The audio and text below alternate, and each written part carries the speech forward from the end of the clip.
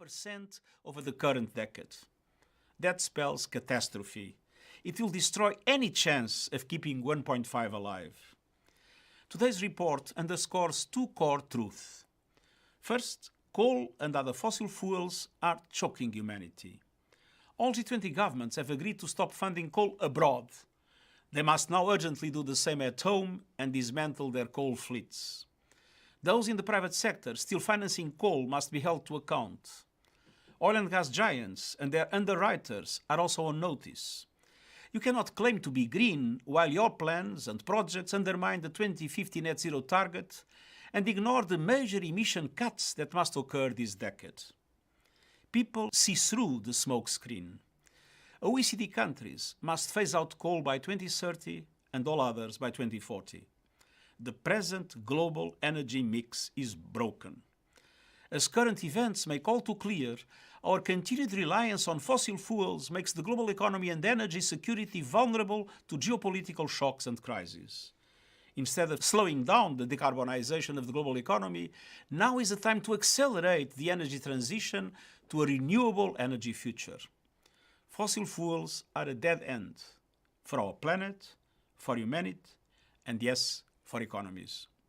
A prompt, well-managed transition to renewables is the only pathway to energy security, universal access, and the green jobs our world needs. I'm calling for developed countries, multilateral development banks, private financiers, and others to form coalitions to help major emerging economies end the use of coal. These targeted mechanisms of support would be over and above existing sustainable development needs. The second core finding from this report is slightly better news. Investments in adaptation work. Adaptation saves lives. As climate impacts worsen, and they will, scaling up investments will be essential for survival. Adaptation and mitigation must be pursued with equal force and urgency. That is why I've been pushing to get the 50% of all climate finance for adaptation. The Glasgow commitment on adaptation funding is not enough to meet the challenges faced by nations on the front lines of the climate crisis. I'm also pressing to remove the obstacles that prevent small island states and least developed countries from getting the finance they desperately need to save lives and livelihoods. We need new eligibility systems to deal with this new reality. Delay means death. I take inspiration from all those on the front lines of the climate battle fighting back with solutions. All development banks, multilateral, regional, national, know what needs to be done. Work with governments to design pipelines of bankable adaptation projects and help them find the funding, public and private. And every country must honor the Glasgow Pledge to strengthen national climate plans every year until they are aligned with 1.5 degrees Celsius. The G20 must lead the way, or humanity will pay an even more tragic price. I know people everywhere are anxious and angry. I am too. Now is the time to turn rage into action. Every fraction of a degree matters. Every voice can make a difference, and every second counts. Thank you.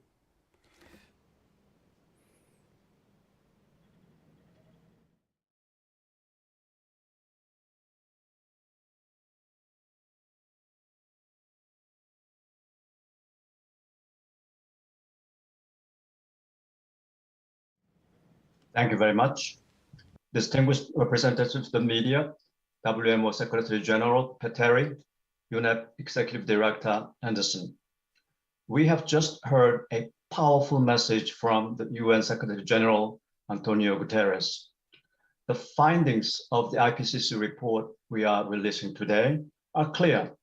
The stakes for our planet have never been higher.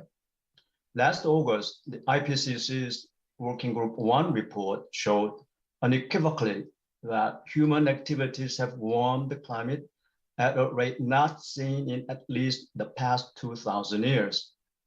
We are on course to reaching global warming of 1.5 degrees Celsius within the next 2 decades, and temperature will continue to rise unless the world takes much bolder action. The Working Group 2 report we are releasing today provides the latest understanding of what does this warming means for the people, ecosystems, and the planet. The report is a dire warning about the consequences of inaction. It shows that climate change is a grave and mounting threat to our well-being and a healthy planet. It also shows that our action today will shape how people are able to adapt to climate change and how nature responds to increasing climate risks. Severe climate change impacts are already happening. Vulnerable people, those marginalized socially and economically, are the most exposed to climate change impacts and have the least resources to adapt. Today, we also deepen our understanding of solutions to climate change and how adaptation can help us lower risks and reduce vulnerability. These solutions open new opportunities for innovation in our societies and economies. Our collective and individual adaptation can be an effective strategy, but there are limits to how much we and other species can adapt. Beyond certain temperatures, adaptation is no longer possible for some species. Our report is a blueprint for our future on this planet. It recognizes the interdependence of climate, ecosystems, and biodiversity and people.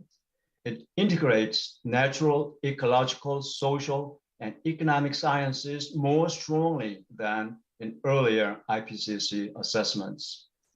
It provides new knowledge and information at regional levels and focuses on cities where the majority of people live and opportunities for adaptation and mitigation arise. Critically, this report highlights the importance of including and using diverse forms of knowledge, such as indigenous and local knowledge. But most importantly, it emphasizes the urgency of immediate and more ambitious action to address climate risks. Half measures are no longer an action. Thank you. Thank you, Chair, for these compelling remarks. I now invite the Secretary General of the World Meteorological Organization, Petteri Talas, to take the floor. Today we are releasing the second part of the IPCC Sixth Assessment Report. WMO is proud to be the co-hosting and founding organization of IPCC. The Physical Science Basis report was published in August. Today we are talking about already very visible impacts of climate change. The report says that climate change induced by us humans has caused widespread negative impacts to nature, people, beyond the natural climate variability. Altogether, 127 risks have been identified, covering very wide range of sectors like health, agriculture, economy, infrastructure, and ecosystems. Our atmosphere today is on steroids, doped with fossil fuels.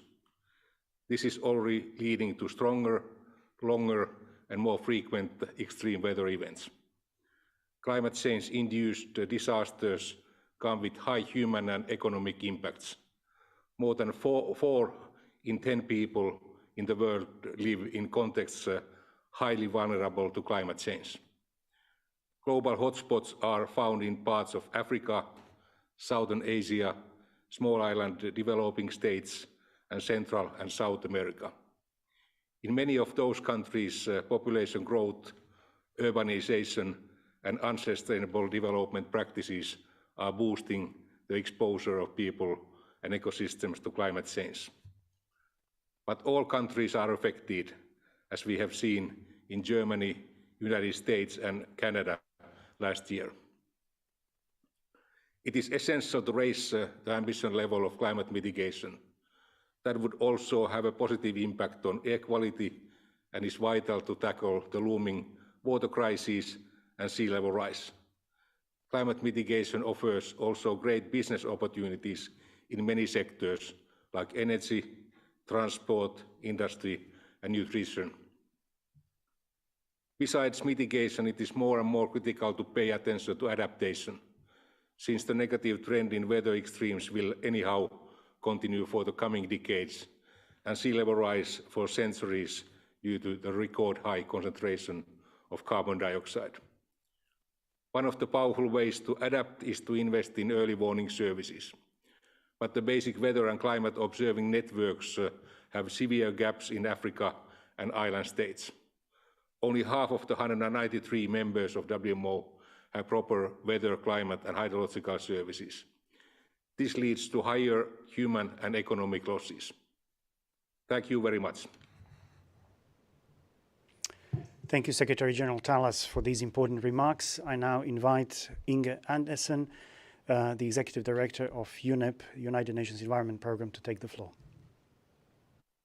Thank you so much. And to you, Professor Husong Lee, to you, Petri, my colleague, of course, to Abdallah Moqsid, Secretary of IPCC, and to the co-chairs, Dr. Deborah Roberts and Dr. Hans Otto Portner, and to the amazing and formidable IPCC scientific community and friends, greetings from Nairobi.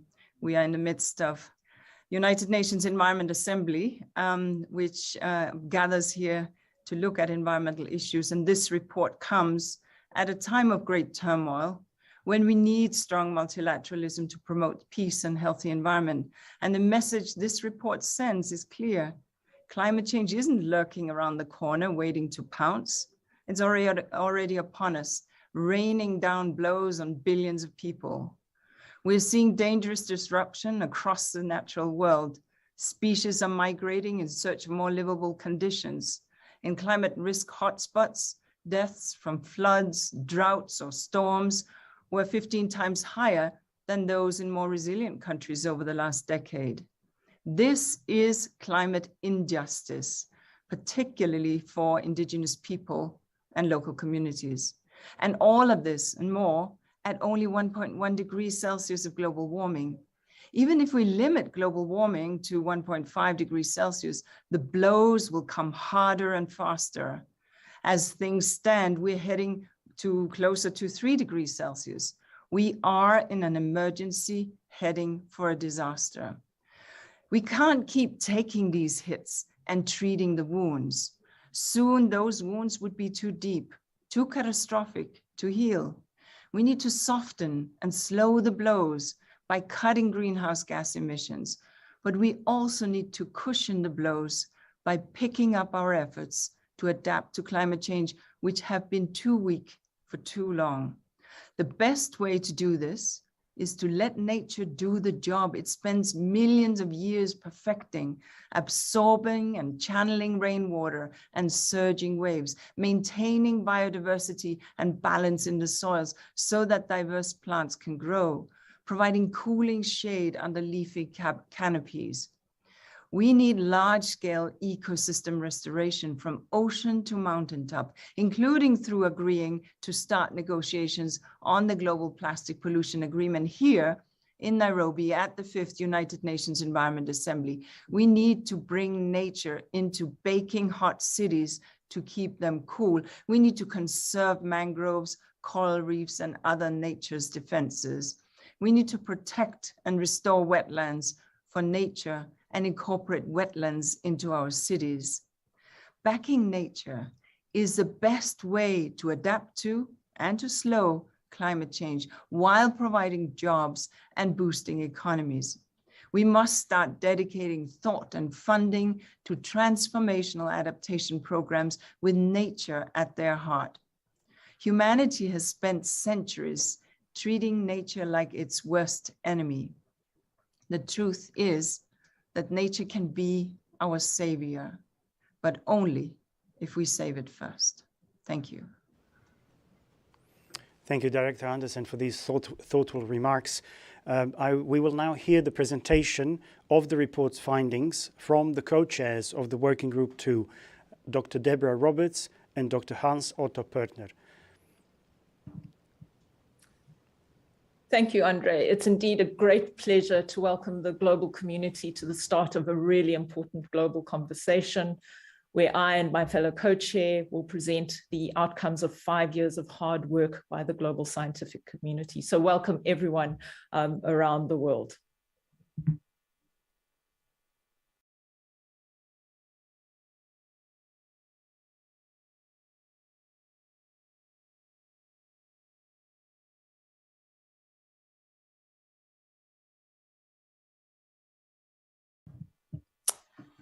Can we bring up the presentation, please?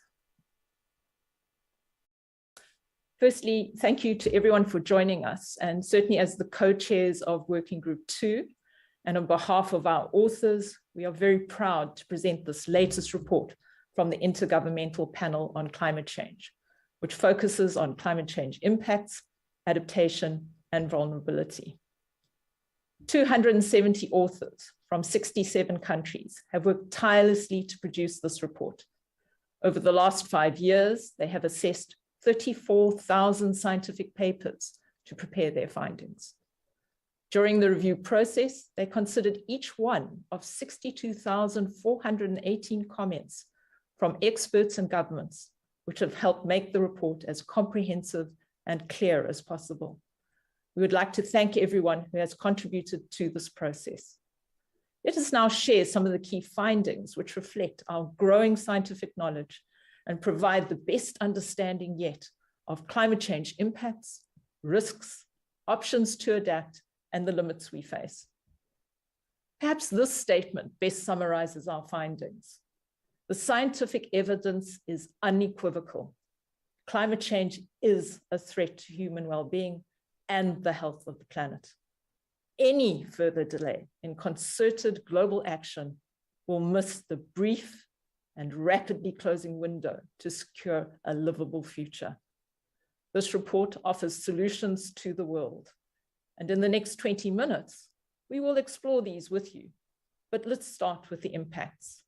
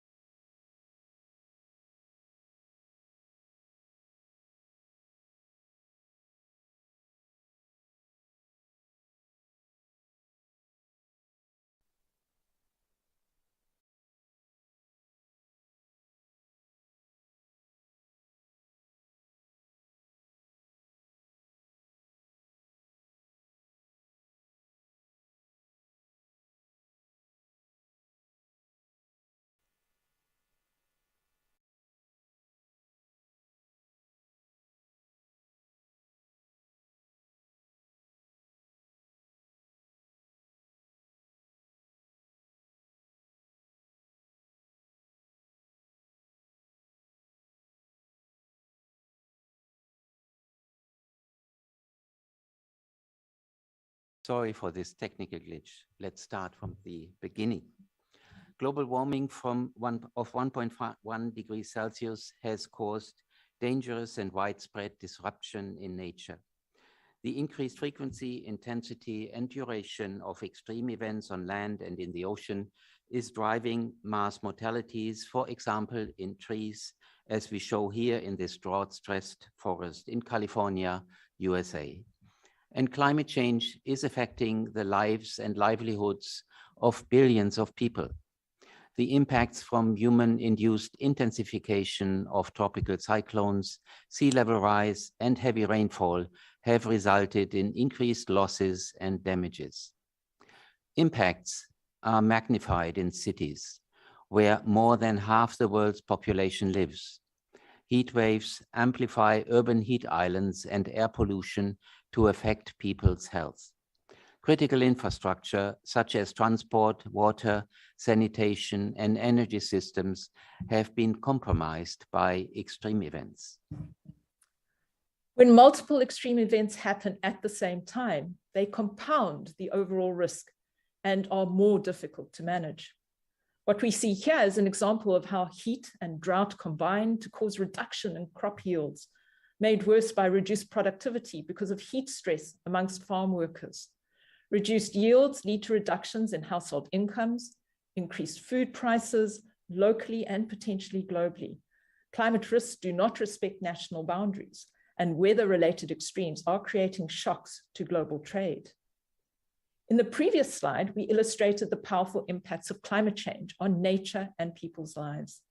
In this assessment, it is based on a new understanding of these interconnections. We can no longer think in silos, but have to look across climate, biodiversity, and human society and well-being if we want to tackle the many global challenges we face today. And talking of other challenges, climate change combines with unsustainable use of natural resources, habitat destruction, deforestation, and growing urbanization, as well as inequity and marginalization. These trends not only present threats to ecosystems and the people who rely on them, but also reduce the capacities of nature, communities, and individuals to adapt to climate change. 3.3 to 3.6 billion people live in global hotspots of high vulnerability to climate change. These are across large parts of Africa, as well as South Asia, Central and South America, small islands, and the Arctic. In these global hotspots, overlapping challenges include limited access to water, sanitation, and health services, high levels of climate-sensitive livelihoods, such as smallholder farmers and fishing communities, all increase vulnerability. High levels of poverty, weak leadership, lack of funding, lack of accountability, and trust in government also play a part. Looking to the future, every small increase in warming will result in increased risks to nature and to people in every region of the world. Here we see a bleached coral colony on a dying reef off Okinawa, Japan. Let's consider some of these projected impacts on nature. This map gives an overview of biodiversity loss at different warming levels. We would see species extinctions and losses of entire ecosystems, such as mountaintops, tropical coral reefs, and coastal wetlands, even if we temporarily exceed 1.5 degrees warming for several decades. The risk of extinction in biodiversity hotspots increases by about tenfold as warming rises from 1.5 to 3 degrees Celsius. Nature services support all aspects of our lives, from pollination and tourism to health and climate regulation. Loss of ecosystems and their services has cascading and long-term impacts on people globally, especially for indigenous peoples and local communities who directly depend on them. Globally, population exposure due to heat waves will continue to increase with additional warming. At approximately 2 degrees Celsius, regions that are highly dependent on snowmelt could experience a 20% decline in water availability for agriculture beyond 2050. And we know that climate change will undermine food security. At 2 degrees warming, by 2050, people in sub-Saharan Africa, South Asia, Central and South America, and on small islands are likely to experience food shortages, leading to malnutrition. About 1 billion people living in low-lying cities and other settlements on the coast are projected to be at risk from sea level rise and other climate hazards by mid-century. We provide a global perspective here, but this report also has an extensive regional focus. We have outlined the challenges we face and how they will increase at higher warming levels. The key question now is, how well are we adapting to changing climate? What we show is that action has increased, but progress is uneven, and we are not adapting fast enough. Growing public and political awareness of climate impacts and risks has resulted in at least 170 countries and many cities, including adaptation in their climate policies and planning. However, there are increasing gaps between adaptation, action taken, and what's needed. These gaps are largest among lower income populations. At the current rate of planning and implementation, these adaptation gaps will continue to grow. Let's now turn our attention to how we adapt. And in this report, we show that there are feasible, effective options we can take to reduce the risk to people and nature, but their effectiveness decreases with increasing warming. When we think of adaptation, our first thoughts must be around reducing flood risk or preventing water shortages. But what we show is that the strengthening of health systems can reduce the impacts of infectious diseases, heat stress, and other climate-related risks, as well as the trauma associated with extreme events. This is particularly effective if it's combined with other measures, such as disease surveillance, early warning systems, and improving access to potable water.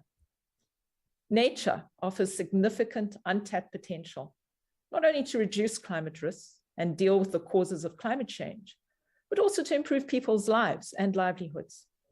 Agroforestry is a climate-resilient way of growing food and creating wildlife habitat. Here we see a Nigerian rubber farmer diversifying his business with food crops, fruit trees, and bees. Conservation, protection, and restoration can help natural forests to adapt. Planting a range of tree species, managing pests and diseases, and reducing wildfire risks can help build climate resilience in managed forests. In agriculture, irrigation can be effective, but it can also result in adverse outcomes, such as accelerated depletion of groundwater. This and other adaptation measures provide economic and ecological benefits, as well as reducing vulnerability.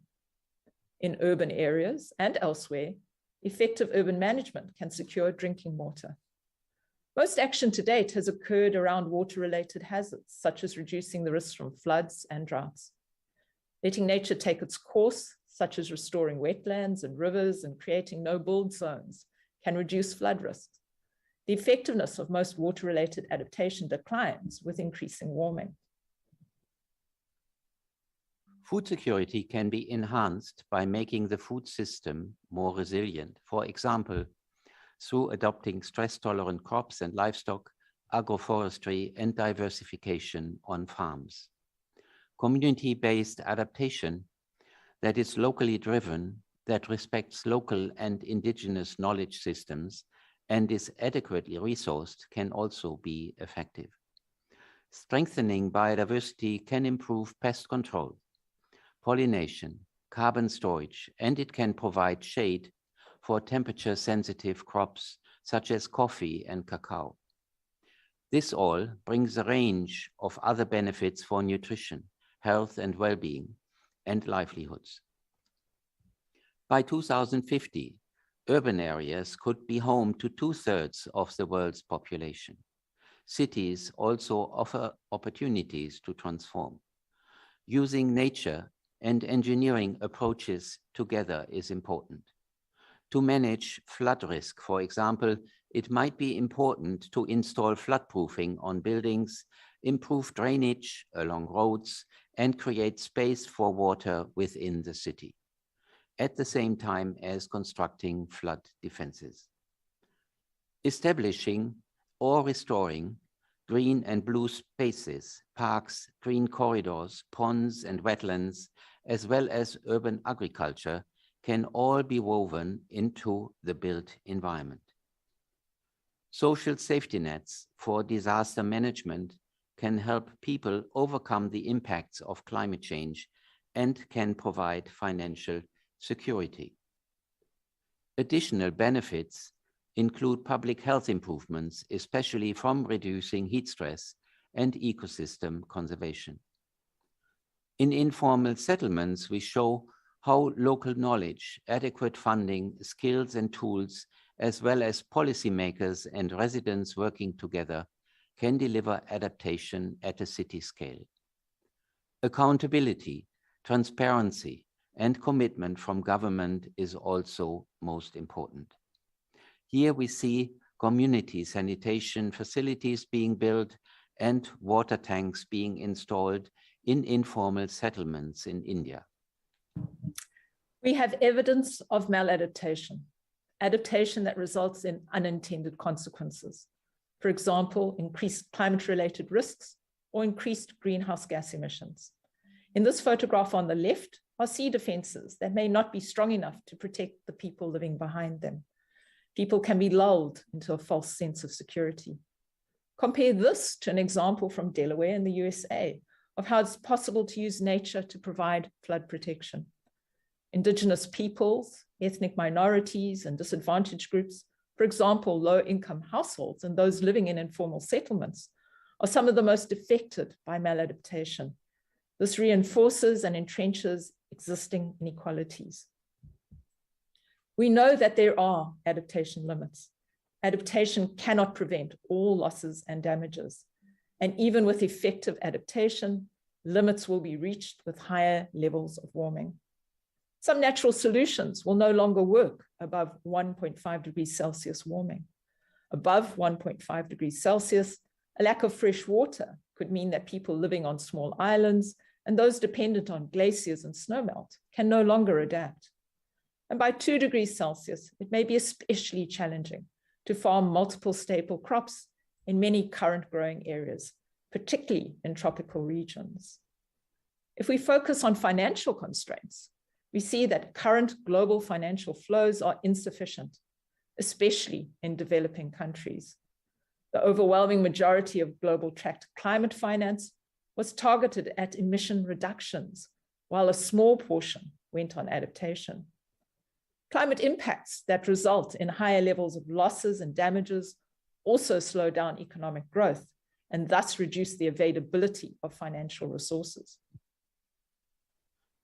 To avoid mounting losses, urgent action is required to adapt to climate change. But that's not enough. At the same time, it is essential to make rapid, deep cuts in greenhouse gas emissions to keep the maximum number of adaptation options open. So how do we accelerate and sustain adaptation? Political commitment and follow through across all levels of government is key. Greater adaptation is present where national climate laws and policies require adaptation action from lower levels of government and include guidelines on how to do this.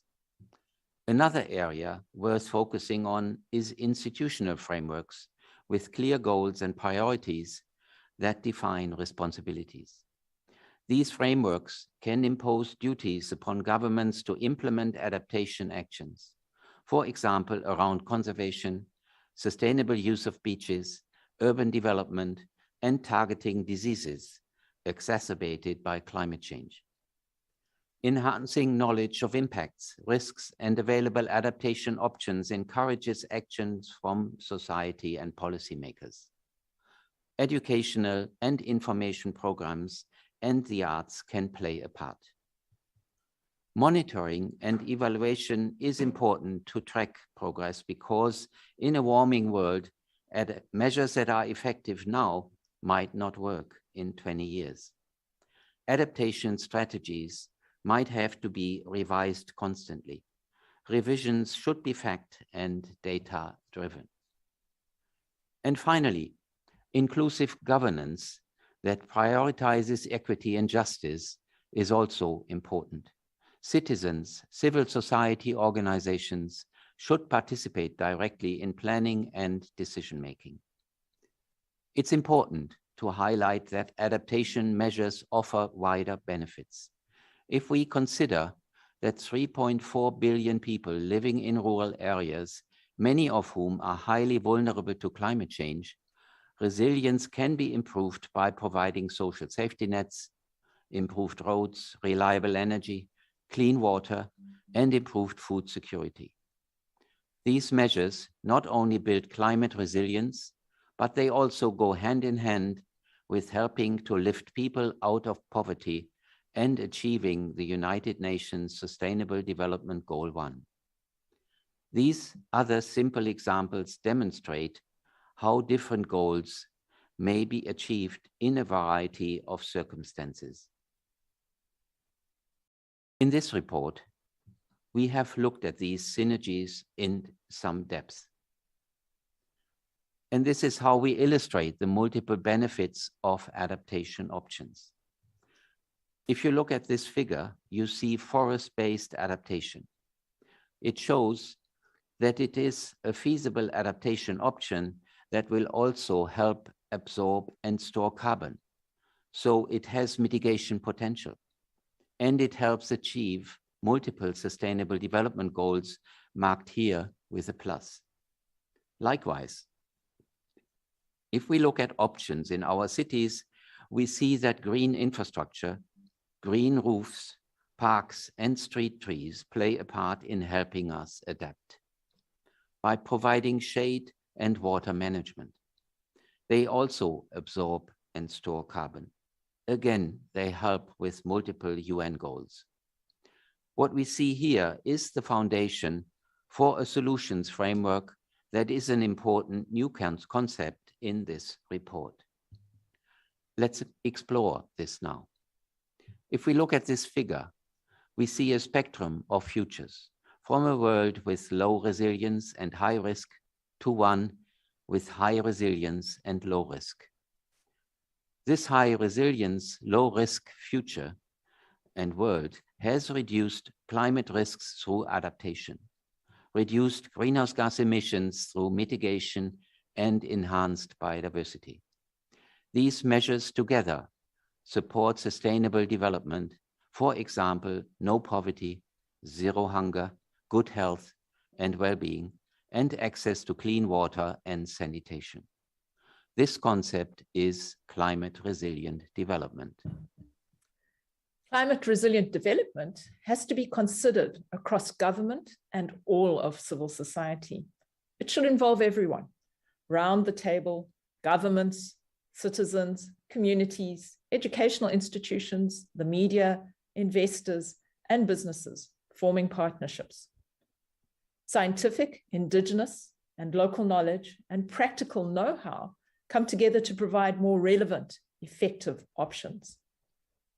Ecosystem stewardship is key. A healthy planet is fundamental to climate resilient development.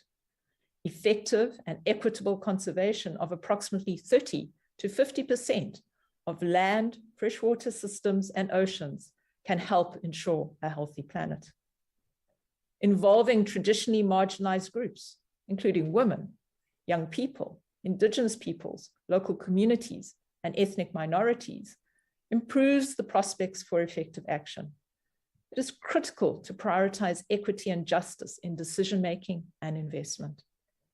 Different interests, values, and worldviews can be reconciled if everyone works together.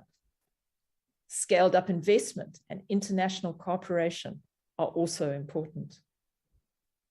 Starting today, every action, every choice, and every decision matters, because each of them can take us away from or towards a climate resilient, sustainable world. Worldwide action to achieve climate resilient and sustainable development is more urgent than previously assessed. Climate resilient development is already challenging at current global warming levels. The prospects will be further limited if global warming exceeds 1.5 degrees Celsius, and may not be possible in some regions, including small islands, deserts, mountains, and polar regions if warming exceeds 2 degrees Celsius. The science is clear. Any further delay in concerted global action will miss a brief and rapidly closing window to secure a livable future. This report offers solutions to the world.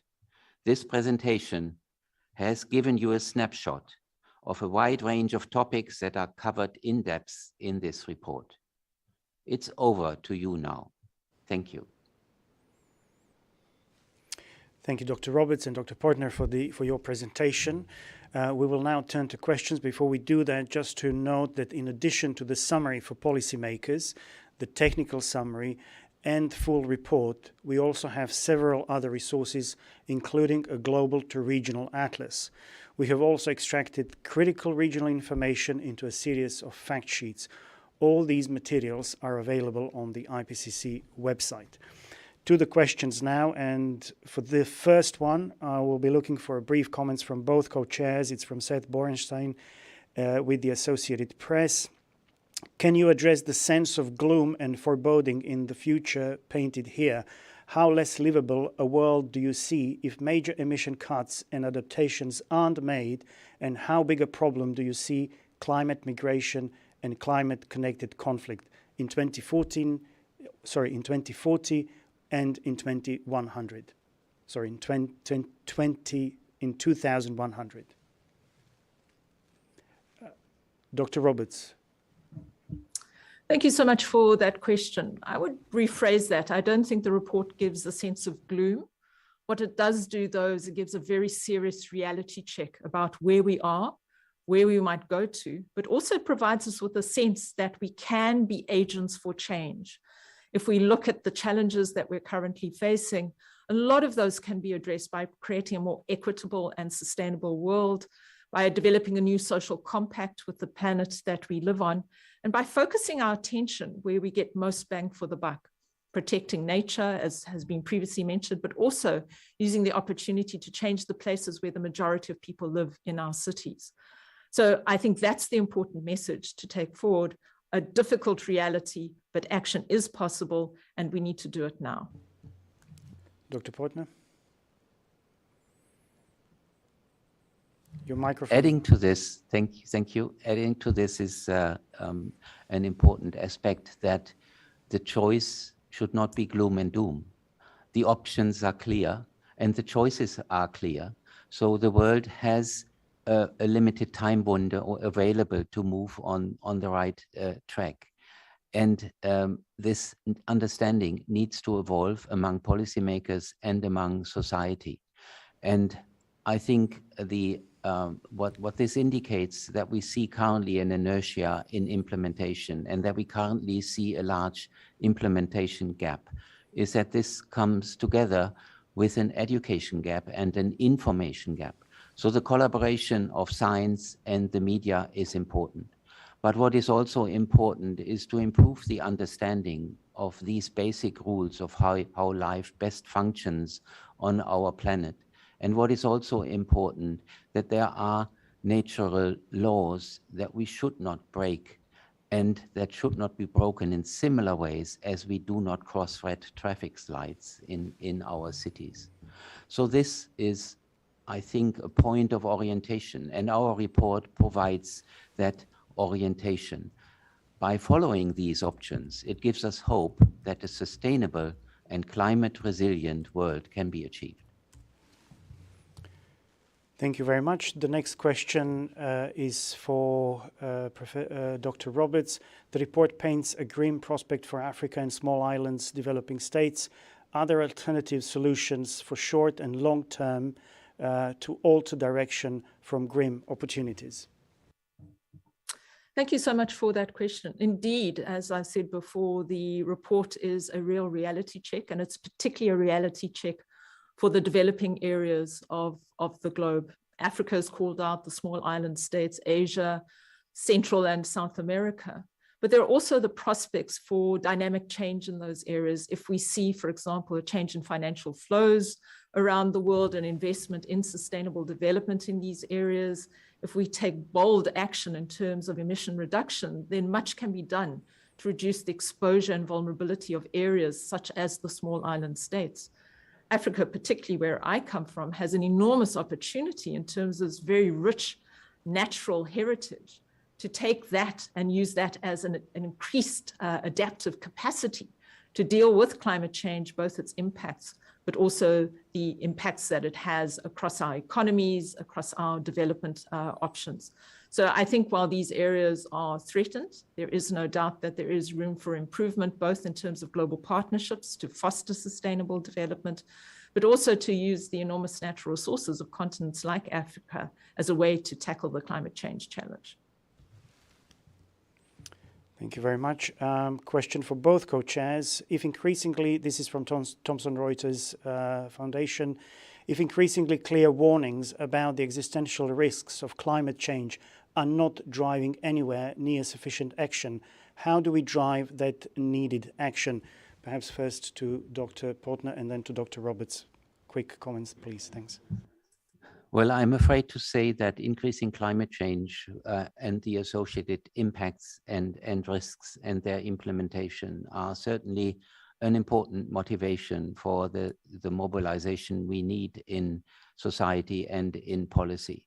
We have seen that with the release of the 1.5 degrees Celsius report in 2018, which was bringing climate change close to the individual on this planet. And this has started a mobilization that I think still needs to continue and still needs to be strengthened. So calling out climate change as an ally in that mobilization is certainly not a good perspective. We would rather like to see the risks being reduced and those impacts being avoided. But climate change already gives us strong examples of what can happen if the climate system is brought out of the balance that it has had for the last 8,000 years during the time when human civilization was built. In that respect, making and bringing this close to the thinking of policymakers and also of society is, I think, an important task that will need to be fulfilled. And this in-depth understanding will mobilize the action and the resources that are needed for this task. Perhaps just building on that response, I think what is powerful about our Working Group 2 report is that we speak to the very places that people live, work, and relax in. We've got a very strong regional focus. And I think that enables us to bring messaging that increases the agency of human society. You will see that in this report, particularly, we've got a very strong focus on the issue of human settlements, urban areas, rural settlements, and particularly in cities where the majority of people live. We speak directly to the challenges that cities are facing now, the impacts on infrastructure, the increase in the heat island effect, and the challenges that all of those pose to human health and economic development. But we also lay out the solutions that may be available to urban areas around the world to tackle those challenges.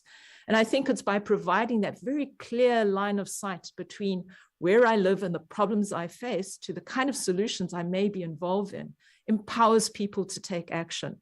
And I think we see that more and more as the science becomes clearer and relates more and more to people's lives. People mobilize more. And so I'm still optimistic about the ability to mobilize extensively around this report and create the kind of societal response that we need to see. Thank you very much. Just to add to this once more, Andre, I'm sorry for interrupting you. Any short-term action and any compromise with respect to other sectors and compromises are an important part of the political thinking and action, should have the long-term implications in mind, should consider the orientation, for example, that our report provides in terms of what are the implications for the long-term future if things go wrong in the short term. And this emphasizes the thought about the closing window of opportunity. So any decisions to be made during this crucial decade in climate policy are important for our long-term fate and for the sustainability of life on this planet. Thank you. Thank you very much for that response. The next question is for the Secretary General of the World Meteorological Organization. It is from Thomson Reuters Foundation. The question is, the report makes clear that soft limits to adaptation are being reached already, including due to a lack of finance despite the urgency. Can this report finally shift the needle in terms of spurring more adaptation finance to the vulnerable, and if so, how? Thank you for that question. It's clear that we have to invest more in adaptation besides mitigation. Mitigation is, of course, essential, and we have to stop this negative trend in climate, and that's very urgent, as also this report echoes. But besides that, we have to start investing in adaptation, because the negative trend in climate will continue until 2060s, independent of our success in climate mitigation. And the Working Group 1 report, which was published last August, was demonstrating that the sea level rise and melting of the glaciers may continue for the coming hundreds of years. So that means that that we have partly already lost the battle, and we have to pay more attention to how to mitigate climate-related risks, and this has to be taken into account in various sectors in the society. It's going to affect food security. It's going to affect infrastructures. It's going to affect health, and it's going to hit also economies very hard. It was already demonstrated by the so-called Stern report 15 years ago that it's up to 20 times cheaper to mitigate climate change than to live with the consequences. And now we are already facing these consequences, and they will become stronger during the coming decades anyhow. And one powerful way to adapt to climate change is to invest in early warning services, which are in fairly poor shape in less developed countries. And we have also major gaps in the basic observing systems, especially in Africa, Caribbean and Pacific islands, which means that early warning services, the quality is poor there, and we don't know where to adapt to because we don't have the baseline. So we have to invest in both basic observing systems and early warning services, and take adaptation into account in many sectors, as this report is emphasizing. Thank you very much for that response. The next question is for the chair of the IPCC, Dr. Hwa-Sung Lee, as well as for Dr. Roberts. The question is, it's from South China Morning Post. The question is, the report mentioned Asia's risks and adaptation options to climate change. How do you assess China's resistance to the risks of water-related natural hazards, energy insecurity, and asset losses as mentioned in the report?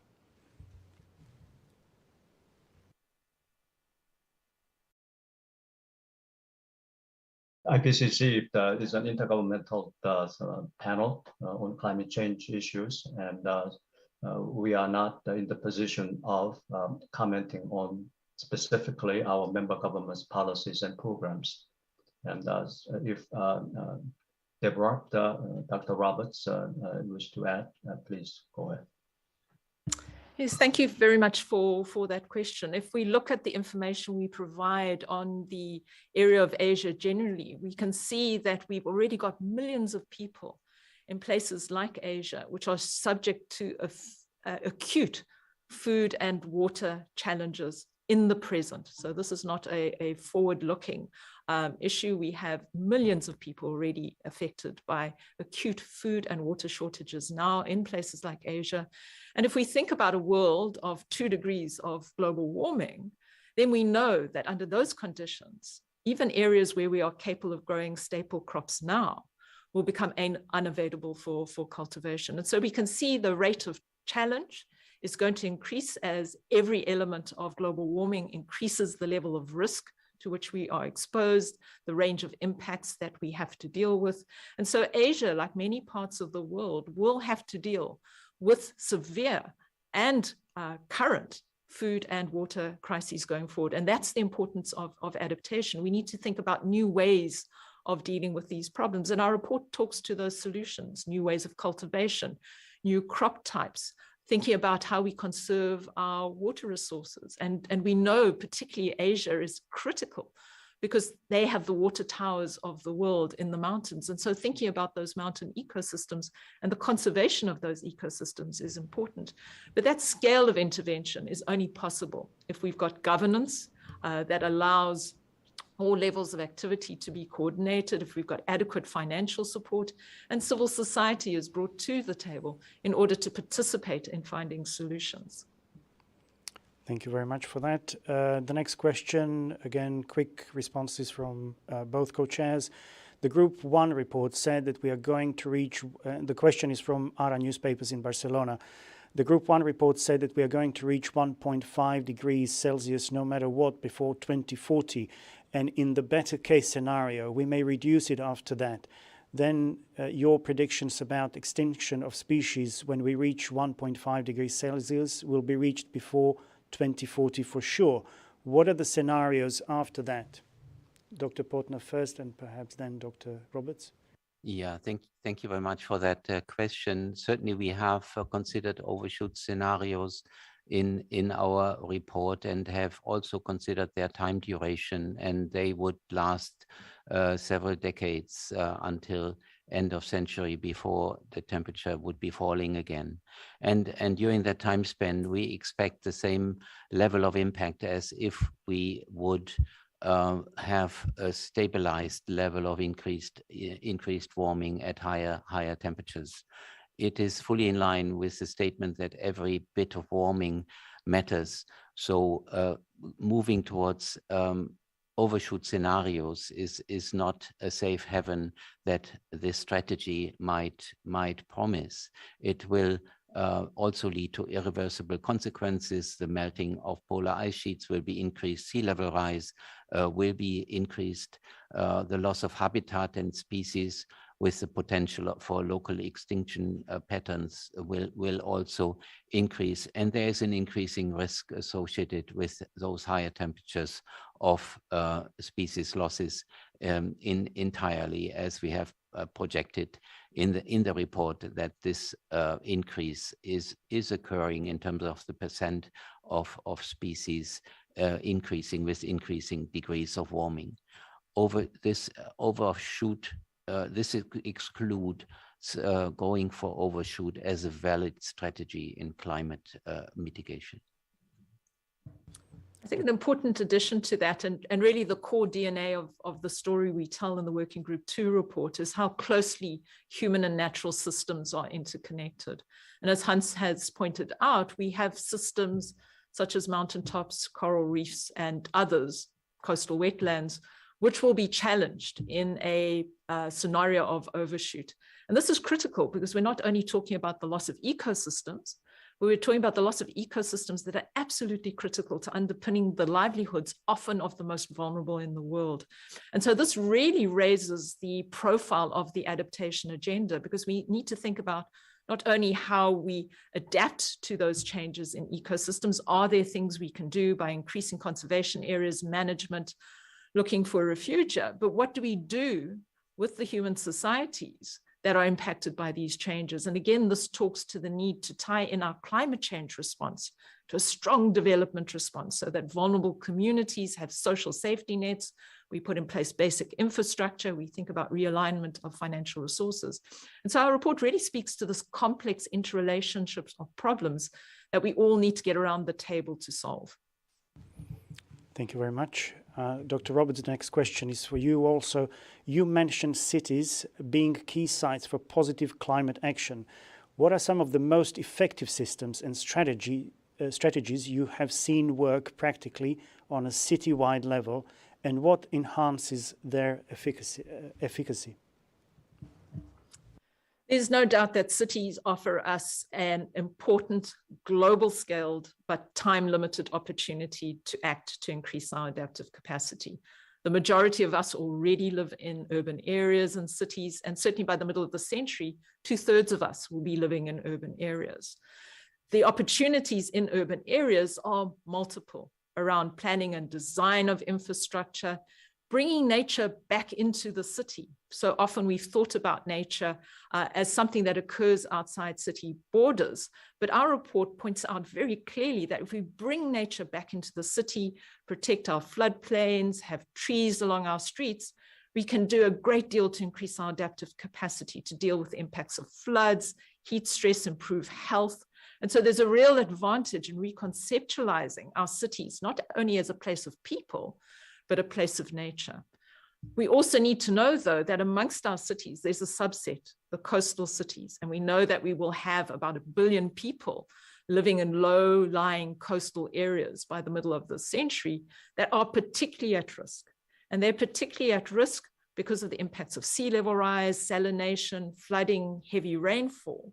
And those are areas we would probably need to act on initially, because they are areas of high economic activity, connectivity to inland areas, and because of the range of risks they're exposed to.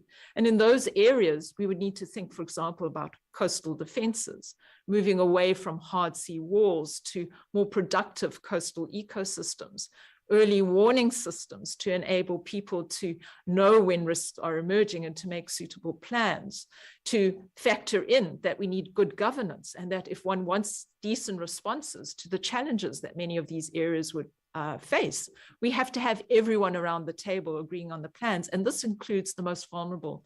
And the report is really important because it focuses us not only on the formal aspects of urban development, but calls out very strongly the informal settlements around the world where many of the most vulnerable live, and calls for a specific focus on these and a call to start investing in our informal settlements to change the tide, both literally and figuratively.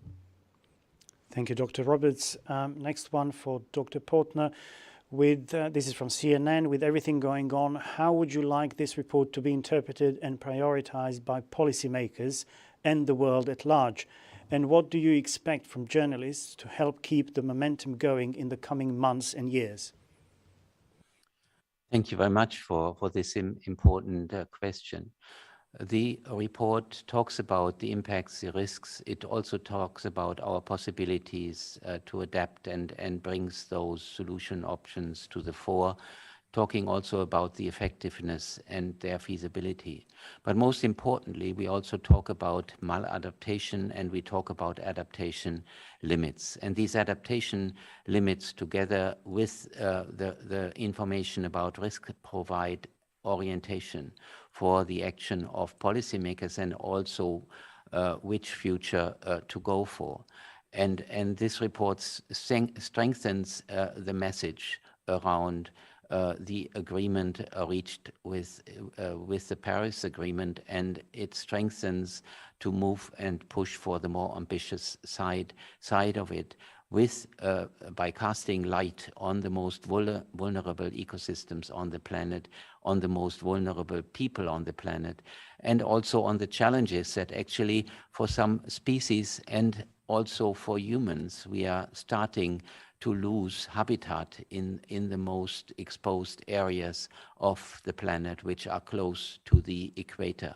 In the ocean, we already seeing a development of a biodiversity valley, indicating and as a consequence of species moving towards the poles. There are also some areas on the planet that are represent environmental conditions where people can no longer be outside, and this is representing the same for our species as for others, a loss of habitat. So these trends will be strengthened with climate change.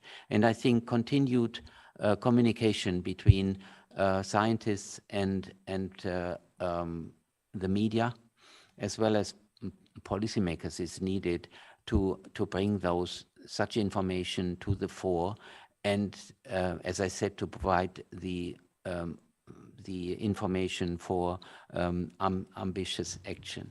And when I talk about action, I mean action along various lines that consider the interactions between nature, human society, and the climate system, and correct for the current imbalances that we see in these interactions due to the changing climate we are currently observing. In terms of motivating policymakers, I think it needs a mix of actions. As I said, in the short term, the information flow from science to policymakers and carried forward through the media, emphasized by the media, also the media reporting from the societal engagement and mobilization that is happening is key. But there is also urgency in developing the education systems, both the lower and higher education systems towards aspects and curricula that consider these existential challenges to humankind, which will be with us for decades and maybe even centuries to come, and educating the young and informing the adult population about these challenges will be key for ambitious global action. Thank you. Thank you very much for that response. The next question is from La Repubblica for Dr. Roberts. Do you think individual change, that means change of way of life, is important at the same level of government and cooperation? or people have to wait before a strong commitment at an institutional level first? Thank you. Thank you so much for that important question, because it speaks to each one of us and the way we live our lives. And I think our report is very clear. It indicates that this has to be a whole of society response. So not a single individual, community, city, or government can opt out. We all need to opt in to the solution. And a key part of that is obviously the way we live our lives, the choices we make, about how we live those lives, but importantly, how we use our sense of agency in the world, how we engage with governance processes, how we engage with leadership in our communities, the kind of priorities we express about the kind of world we want to see, which will influence policies. So all of this is critical. The individual can play a vital role through the choices and actions they take and make in their lives. There are many things that individuals cannot change and that rely on governments at all levels, local, provincial, regional, national, international, to act. And we need that to be concerted. But again, governments by themselves can't act alone, and we must see the private sector coming to the table as well. And so it requires all of us to be playing our part in different ways, but ensuring that those actions are fully integrated. I think this is what has been very clearly made as a point in our report, is that while action is happening, it's not rapid enough and it's uneven. So various elements of society are acting, others aren't, and we're not acting fast enough. And so it's a really strong call for all of us to start doing the heavy lifting that's going to ensure a just, equitable world and ensure that we have a sustainable planet for many generations still to come. Thank you very much for that response. The next question is from The Print in India. It's for both co-chairs, so I'll be looking for quick responses there. The report talks about maladaptation. How can countries prevent maladaptation in the long run while also addressing short-term needs? What factors must policy takers consider at the planning stage?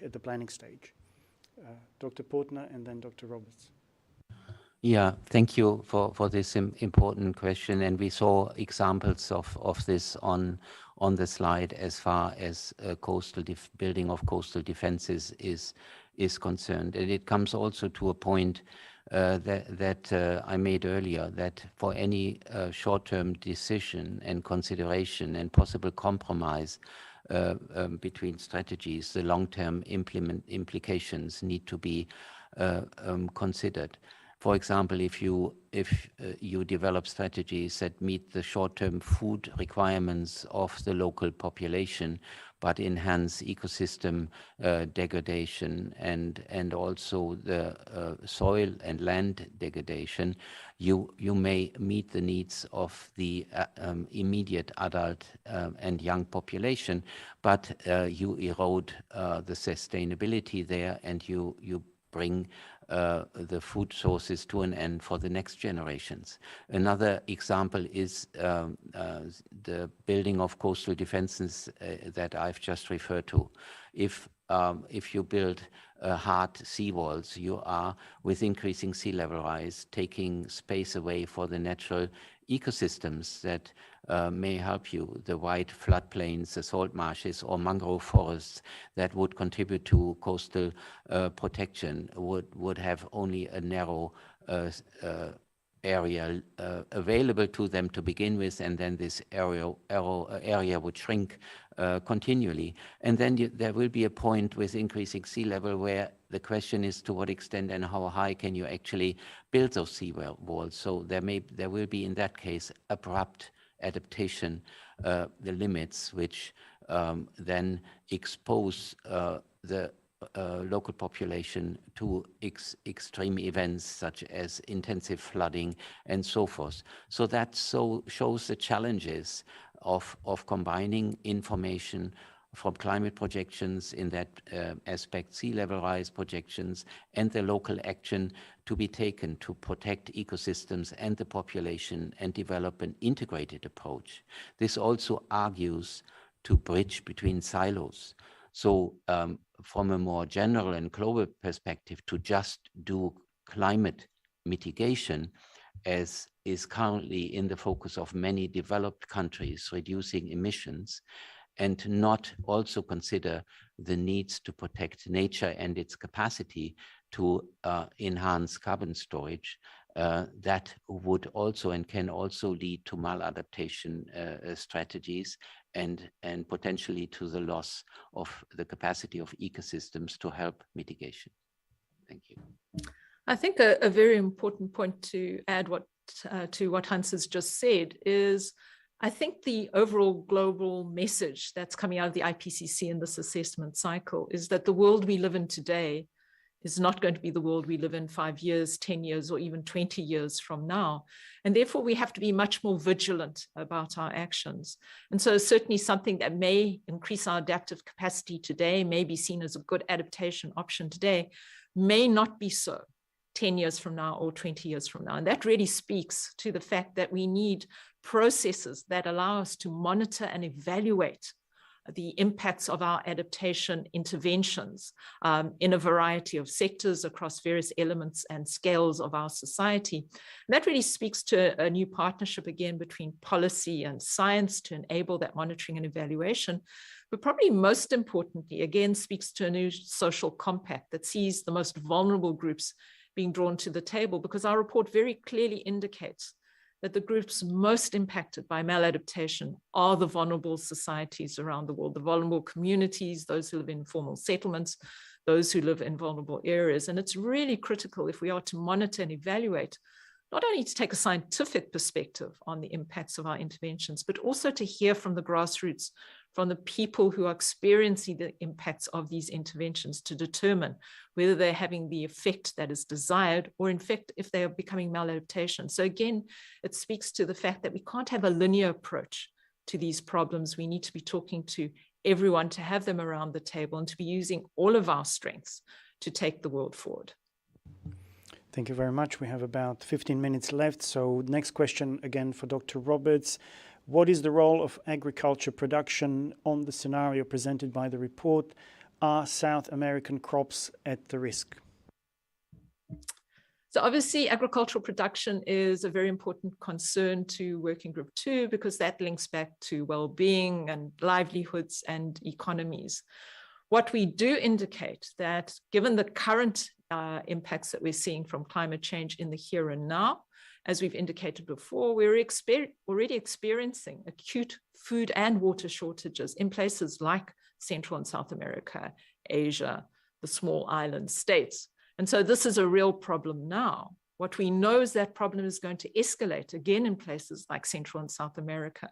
If we look at 2 degrees of global warming, we know that areas that are currently growing staple crops will not be able to grow those at the same level of efficiency and effectiveness. And so there are significant challenges coming for areas like South America, Africa, Asia, in terms of overall food production. Thank you very much. Next question is more on the process, and I'll direct it to the Secretary of the IPCC. Can you please elaborate on how the crisis in Ukraine has affected the last week's climate negotiations between countries? How do you look at publishing this report during this crisis? For this question, the IPCC session are a closed session. They are closed session. They are designated in this way to allow frank and transparent discussion between the government and scientists.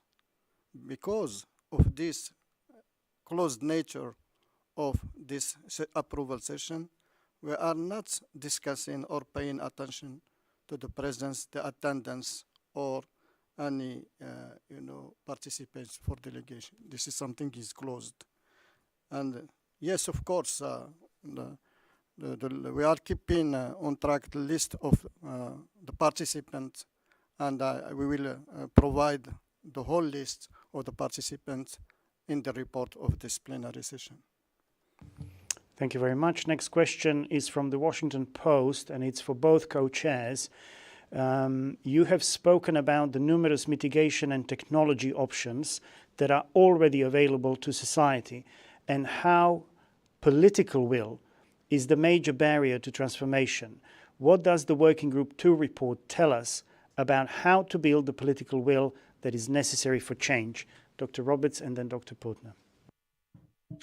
Thank you for that important question. And in fact, this is not a new message for the IPCC. That message was made very clear in the special report of 1.5 degrees Celsius, that in fact it's societal and political will, which is the major challenge in moving forward towards a more resilient and sustainable present and future for everyone around the world.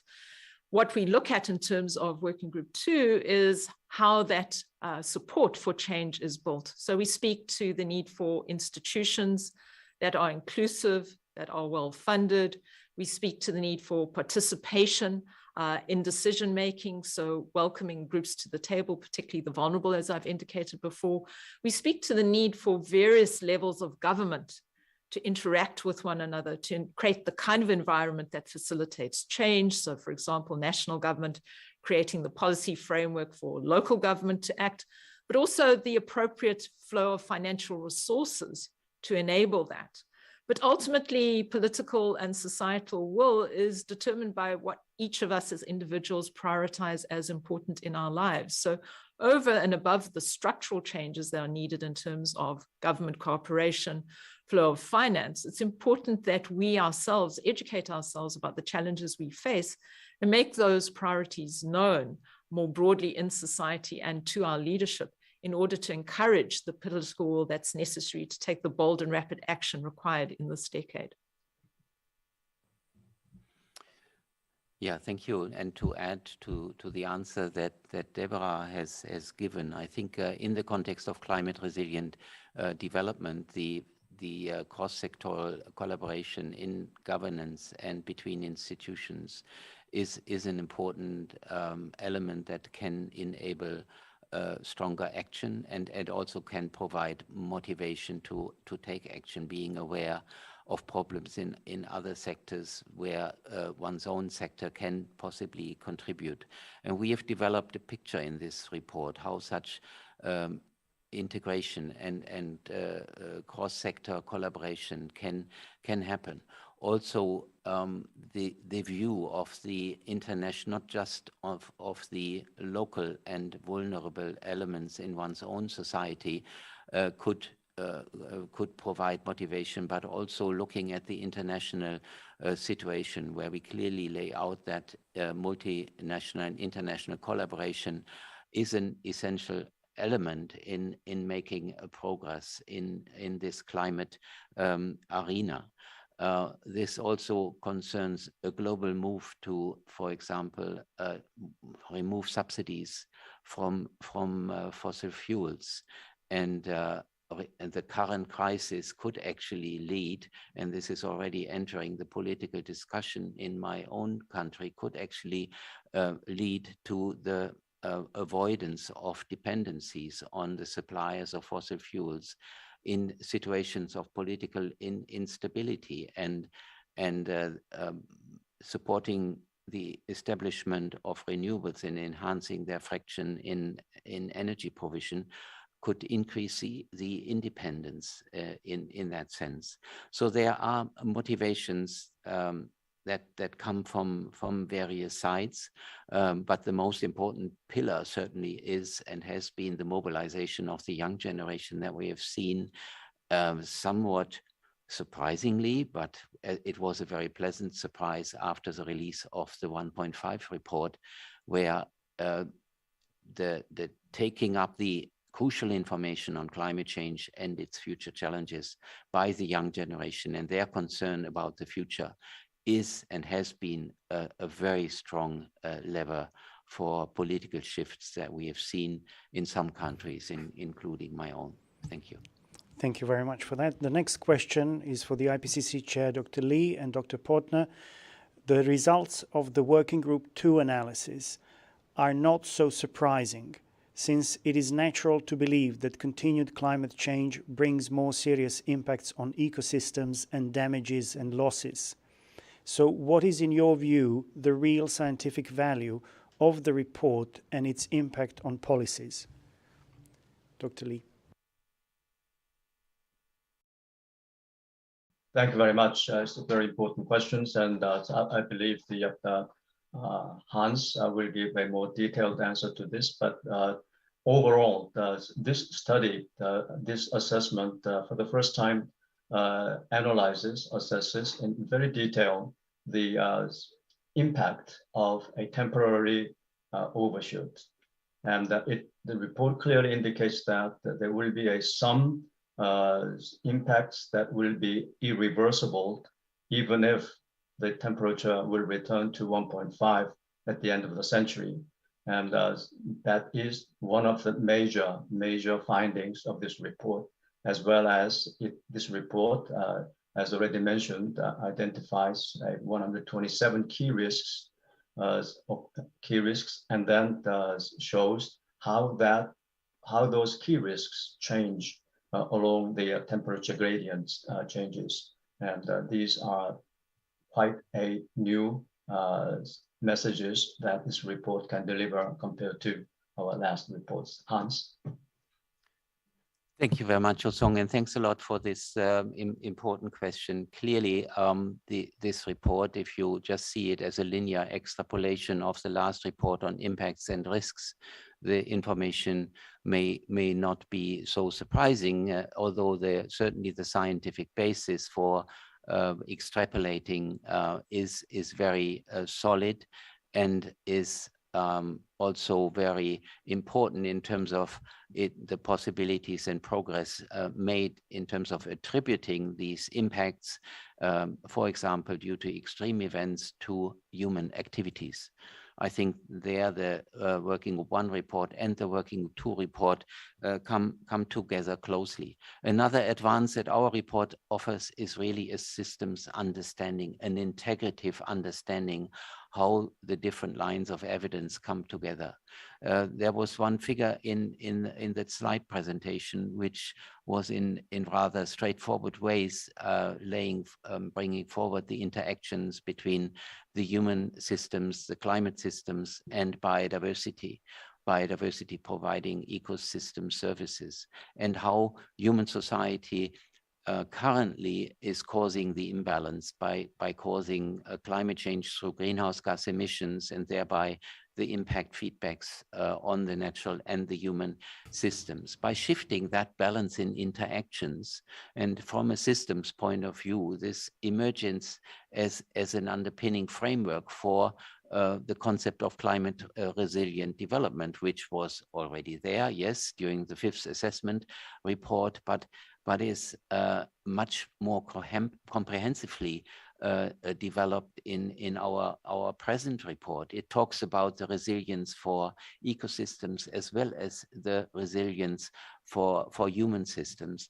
And it shows that in that argumentation, that going for a combination of human health, ecosystem health, and finally at the highest complexity level, planetary health, is actually giving us hope for the future and should provide a vision and an orientation for concerted actions across the globe.